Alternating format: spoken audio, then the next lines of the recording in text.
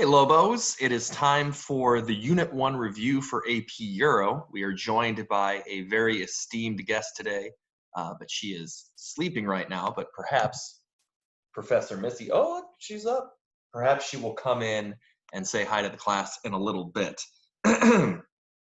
Now, I had to say the Hey Lobos because I've been hit with that about 20,000 times on emails, just for future generations that run into these videos. They're Lobos. I am an individual. You can't label me as part of a group. I have my own existence and personality and things that make me wonderful. I don't need to identify with some abstract collection of people that represent some ideal or something. So that was just for the kids. Okay. There is some new information I have for you guys that I wanted to share with you. If you go to my website, in the 2020 AP Euro Review folder, I have made a master list of all the SAQ, LEQ, DBQ questions. And this comes at the request of Arnie, who pointed out probably pretty smartly that the test that we're going to take this year probably isn't going to be multiple choice. And so she was looking for practice FRQ, SAQ, LEQ type things. Now, this is a list of all the ones that you can access online. So I'll show you what the master list looks like. It's a list of questions that have been on every AP test since, I want to say, 2007, although I'm not sure when I actually started writing those things down. So, for example, in Unit 1 about national monarchy and the Renaissance, 2017 question 2, printing and its effects. What you need to do to access this is just Google 2017 AP Euro SAQ and find number 2, and you can find what the SAQ was, and you can take that. Now, being that this is written out, if you want to email me your responses and get feedback from me in that way, I will begrudgingly grade papers. I said I wasn't going to, but hey, look, here we are. So if you want to email me answers, I will give you feedback on that. All right, now, one quick note about the master list. There are 12 units. If you look at the AP Euro course description, there's only 9 units. I spread things out more, and so these units are in regards to how I teach the class. They are not necessarily how College Board breaks things down in the course description. For example, if you go down and look at Unit 4, there is an SAQ from 2016 about the Commercial Revolution, which was one of the things we talked about for Unit 1 for the College Board. I don't get to that particular topic until Unit 4 when I teach the class. So you may want to scroll through the list to look for various topics. I have tried to list what each SAQ is about in that particular year, obviously, because you know you get 4 SAQs, and so they'll be spread out all throughout. So feel free to access that. Feel free to take those. If you want to write an essay, there are LEQs and DBQs. You just do the same thing. Google those terms. It will come up and you can access it. And then you can make a Google Doc and share it with me, or attach a Word document to email if you are still living in 1990 and using Microsoft Office. All right, so there is that. So that is on the website in the Unit 20 folder. I just put it right at the top, and then you still have the videos and things like that. That's the other thing we need to talk about, is what is with the screen grabs on these videos. I always look like I'm being tortured by somebody and being forced to make these. Veins are bulging in my neck. I'm like squinting or straining in some way, shape, or form. If anyone knows how to put a more presentable title page on my videos so that I don't become a laughingstock and go viral as like some weirdo teacher, that would be much appreciated too. All right. One more shout out to the real ones who did the test on time, who got all their answers in so I could figure out what topics we should go over a little bit more in this review session. From 7th period, Arnie, Allison, Noah, Aiden, you get the Jeff Naughton real one stamp. And from 4th period, Bree, Anna Grace, Pranav, Sophia, Sarah Yudi, and Anas, your real ones. Okay, so let's take a look at our particular test that I had you take. That is not the one that I want to be on. There we go, questions.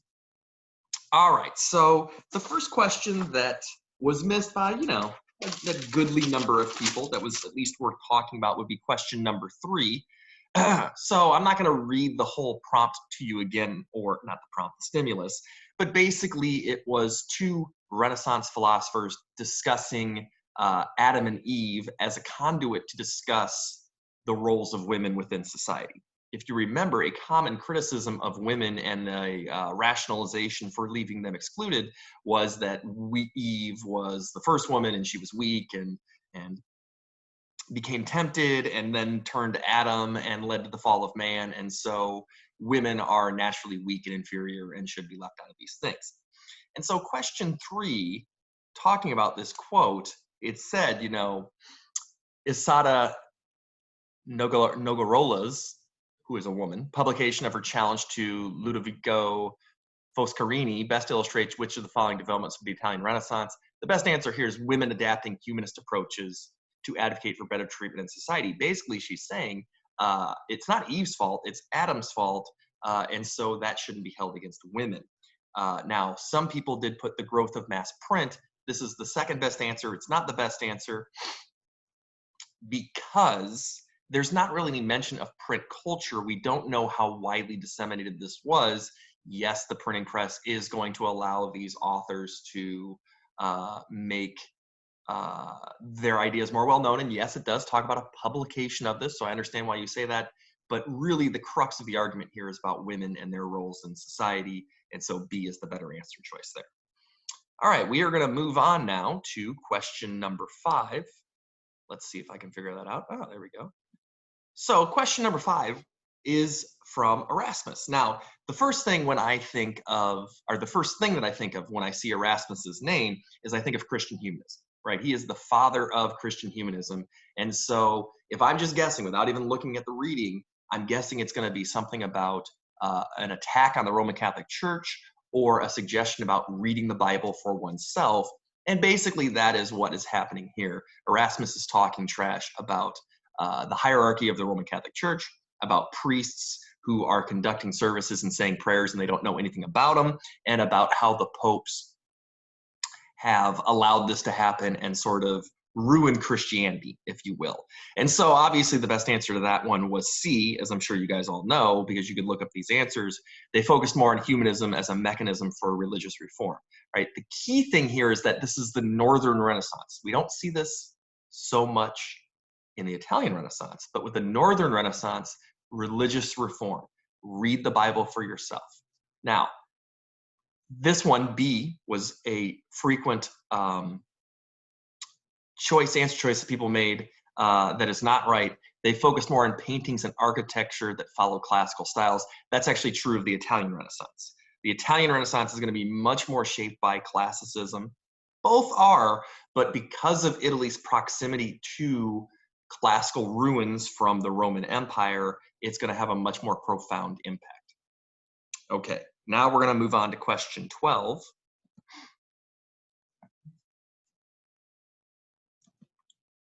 All right, and so here, this one was just a basic question. There wasn't a stimulus. And, you know, when I saw that this one was missed by some people, part of me had a response of like, are you guys watching the videos or looking at the review material?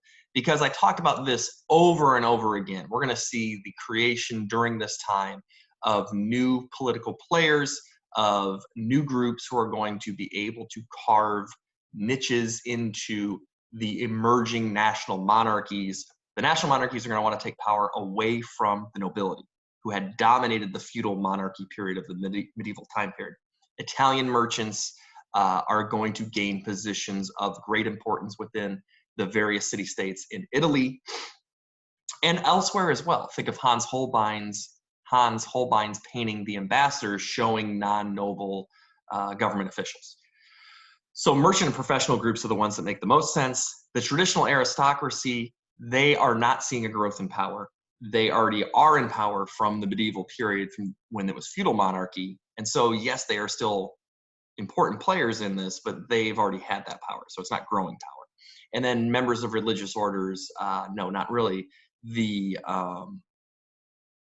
church and state are pretty solidly intertwined from the medieval time period and will continue to be as these monarchs try to impose religious uniformity. So that doesn't work either because it's not a growth in power. The real growth is going to be from the urban merchant and professional class, the commercial elites, who will gain those positions.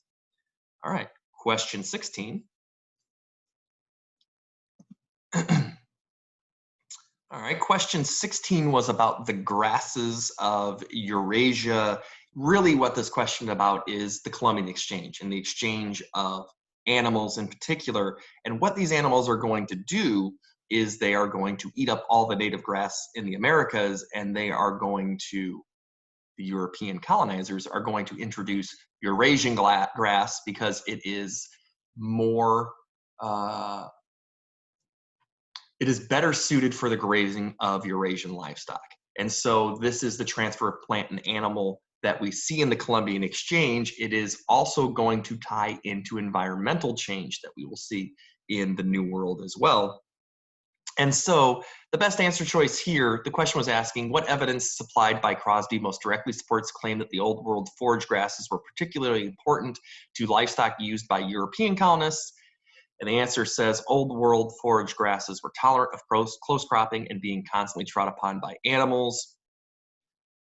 The livestock needed to eat. Eurasian grass was best for that. They had grazed the first season on native grasses in the Americas, but they didn't hold up. And so Eurasian grasses were implemented. All right, next question. Question 21. This was the most missed question. Every single person in fourth period who took this missed this question. As you will see, 8 people said A, and only 0 people said C. C is the right answer. What we see here is a passage about the sugar trade and then conflict as well. And this is where things got a little tricky. Personally, I don't think this question is very well written. But basically, the question is asking which of the following pieces of evidence best supports the author's implied claim that the Columbian Exchange fostered global connections. So, Columbian Exchange, number 1, it's got to be about the transfer of plants and animals or people, not about conflict. Number 2, how the phrase global connections at the end of that sentence and the use of the word implied tells me that it's going to be more about bringing people together, bringing areas together than wars, which, tend to drive people apart, which is very confusing because the vast majority of this passage is about conflict. Only the first paragraph really talks about the sugar trade. Not a great question, like I said, kind of tricky, but the trade in sugar was important to the Portuguese capital. Sugar is going to be produced in the Americas using African slave labor. Sugar, the plant, is introduced from Southeast Asia by Europeans looking for cash crops in the New World, linking this area into a new global trade network from WAP. Remember the triangle of trade. Can you see I'm making a triangle with my finger? Triangle trade, or the Atlantic system. That's the best answer. I totally understand why many people answered about conflict, because basically the whole passage is about conflict, but that's not really a global connection, nor is it a part of the Columbian Exchange. That's the key point there. Sugar and its transfer and the transfers that come about because of the introduction of sugar to the New World is a much bigger part. Okay, and then the last one for this particular test would be question number 24, the last question. Women in commerce. This is talking about an argument that some historians make that would say that the commercial revolution was led by women, and this author is saying, actually, no, that's not the case. And his argument in this whole paragraph is essentially that maybe in England and the Netherlands, we saw women playing a role that pushed commercial revolution, but elsewhere, traditional economic practices remained.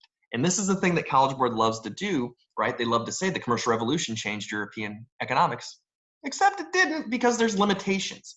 And the big limitations here are what we talked about in the last review video, which is that Eastern Europe, Central to Eastern Europe, stayed agrarian. Nobles retained their power. Very little urbanization taking place. No overseas colonies amongst those places. And so those places didn't really undergo a commercial revolution. Guilds remained the dominant economic figure inside of the villages and towns, and the vast majority of people were engaged in agricultural pursuits. And so the question asks, which of the following does the author use to support her argument that the pattern of the commercial revolution in England and Netherlands represented an exceptional rather than a pattern characteristic in Europe in general? The transition of women into market jobs, which increased purchases of consumer goods in England and the Netherlands. It's not a very good question. The answer doesn't really address what the question is asking. But basically, what the author is saying is that the commercial revolution was shaped that way in England and the Netherlands, but the more east you go, the more traditional it is, and women are bound and restricted by traditions, right? So we got to keep this in mind. As we see the commercial revolution taking place during this time period, increased trade with the New World spurs economic development, greater capitalist policies being implemented, we have to remember religion is going to play a role in limiting things. They love to ask questions about, like, not allowing drunkenness on Sundays and not allowing businesses to be open that serve alcohol during those times, or that women were restricted in most places, and that the more east you go, the less the effects of these things you see. So keep that in mind, especially if this is going to be like a short answer writing sort of test. The answer is, yeah, but, right? They love that sort of thing. Yes, however, right? So this is one of those questions that does that. All right, now I had made another test and I tried to access it or make it accessible. Some people were able to get it, some people were not. Keep trying. You may need to download that lockdown browser application, and then it should open up for you. That's what Pranav said he did. And so I asked him. And so there is all sorts of questions that you can access, but I think I clicked the wrong thing. Hold on a second. Let me go back there. Oh yeah, I did. It is under assign. So I assign this to you, and the one that it's called is the Naughton Quiz Unit 1. So I think it shows up on yours as like review quiz number 1. So I don't want to read all of these. I'm going to try and find some that don't have a stimulus. Let's see. Okay, here's one. So I know we don't have to read here. So here we see a picture. And some people were able to take this one. So the house above, designed by Palladio, who shows up in the illustrative example of architects influenced by Renaissance art, it constructed in Italy during the 16th century illustrates the architectural influence of, and then it goes through. And the correct answer here is classical temples. Now, the one tricky one that people got caught up on, and those who took it, is some people said it was Roman baths. But a Roman bath is literally a bath. It is a place where people would go and congregate and bathe in these sort of like, community pools almost. This is much more like a classical temple. We see the use of columns looking very classical. And that's a big feature of Renaissance art and architecture, borrowing those classical styles. All right, let's see if we have any more non-stimulus ones. Here's another one. Advocates of Northern humanism believed which of the following? The answer for that one is going to be the fusion of, here, if I click this, it will tell us the right answer. The fusion of Christian and classical ideals provides the best definition of virtuous conduct. That is that Christian humanism. That's one of the big differences between the Italian and Northern Renaissance. Italian Renaissance is civic humanism, study Greece and Rome, become a better citizen. Christian humanism in the Northern Renaissance, study the Bible, become a better person / Christian. Okay, let's move on. All right, all of the following were common subjects of the Italian Renaissance except peasant life. Again, that's going to be more Northern Renaissance. All these other things were parts of the Renaissance. The only one that we probably didn't talk about was equestrian statues, but they would show, figures from antiquity on horse. So I don't think that would really ever come up on an AP test. But this thing here, the big difference, again, know your differences between the Italian and the Northern Renaissance, as well as the similarities, because that fits the motive of College Board. They're similar, but we have some key differences. Okay. Moving on. Oh, Albrecht Dürer looking hot. If you guys remember this, he was on one of our first tests. And so which of the following groups would have been most likely to commission a painting like a self-portrait? So it's completely secular. I know he's looking a little bit like Jesus here, but it's completely secular and it's celebrating everyday life. And the people who would be doing that would be the commercial elites. There are three major patrons during the Renaissance: the church, the rulers, the wealthy elite. And this would be the wealthy elite, right? They're trying to glorify the everyday accomplishments of human beings. All right, moving on. Oh, Albrecht came back for more. The inscription reads, I, Albrecht Dürer of Nuremberg, painted myself thus with undying colors in my 28th year. By the late 19th century, artists' self-portraits would increasingly emphasize which of the following subjective themes which emphasize the portrayal of the artist's inner emotional state towards, now this is way ahead in the future, but it's comparing Renaissance with late 19th century art. Remember, in late 19th century art, we start to see a separation from reality, the Impressionists, and then later artists are going to stray from realistic portrayal of the picture, of color, and it's going to represent inner turmoil, interstate of their inner sort of chaos that they're feeling. Chaos may be a bit much there. Okay, next one.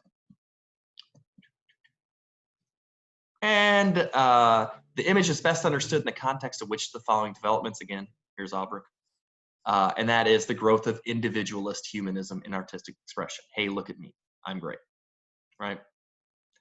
All right, let's see what else we got here. Oh, this painting, this was the great Anna Grace Brie debate about whether they were dancing in the background. It shows the simplistic feelings that Europeans had, that the Europeans saw the natives as simplistic. The first question is talking about, by the time that this engraving was produced, which of the following had occurred, and that would be the transfer of plants, animals, and diseases. We're not going to see the establishment of colonies in the Americas by all major European powers. Not all of them do that.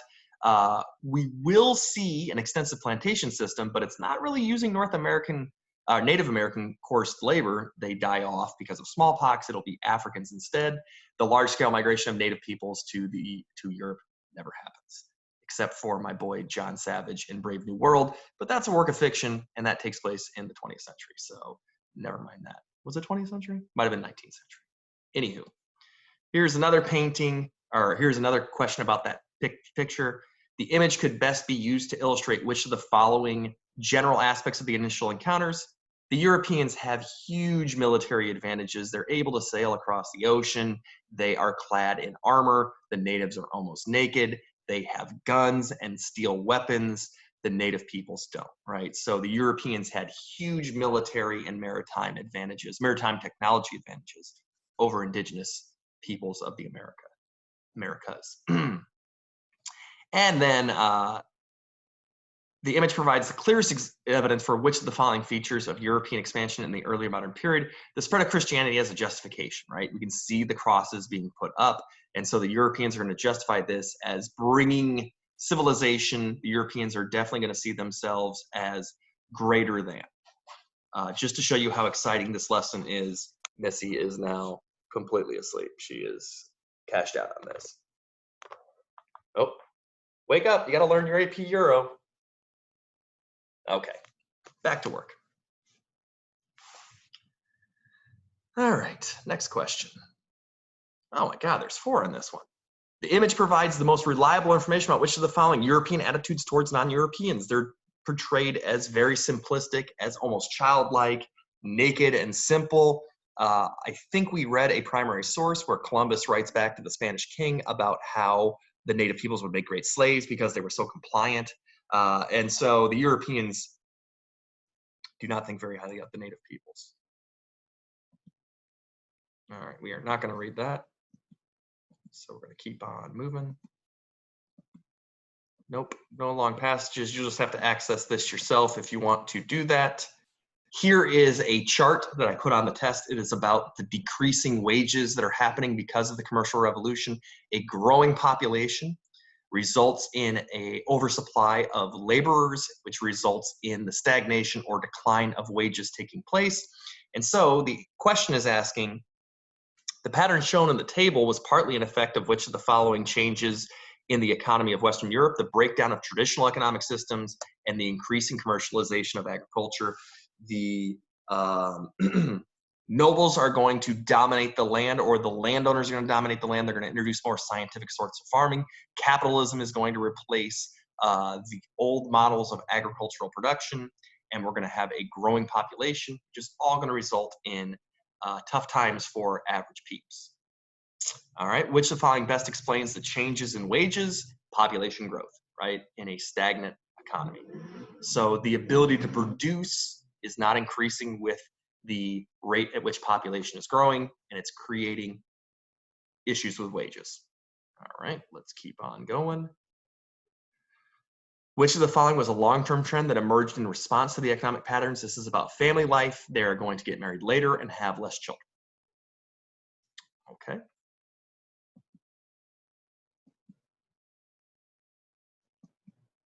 Okay, so those are all the quiz questions I came up with, but like Arnie suggested, maybe multiple choice, or blah, blah, blah, maybe SAQs would be better.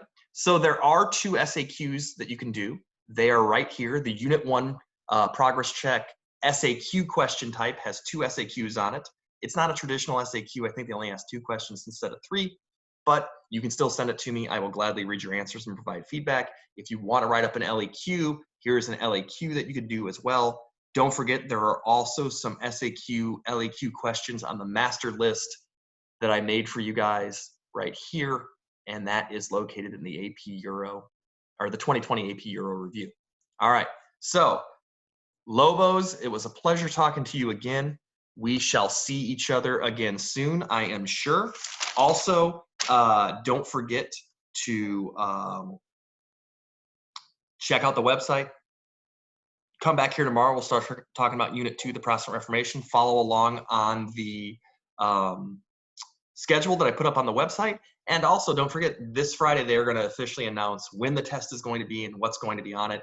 Continue reaching out, even if it's just to say, hey, what else do we got to do during these crazy times? I'll talk to you guys later. Missy says it's time to go. We're out.